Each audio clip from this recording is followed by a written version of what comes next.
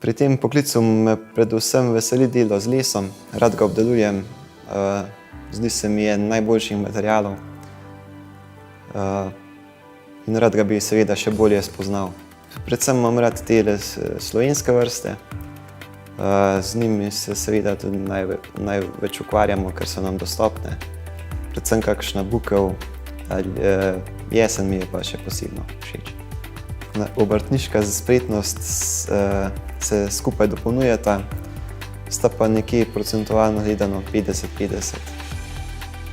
Mogoče bi dal malo večji poudarek na obrtniško spretnost. To, da je nekdo dober pohištveni mizar, je predvsem sposobnost samega človeka, da se zna prilagajati situacijam, da zelo dobro pozna material in da se prilagaja tudi strankam. Če bi sebe ocenjeval, sem preveč perfekcionističen. Ta procent perfekcionizma hočem tudi malo zmanjšati.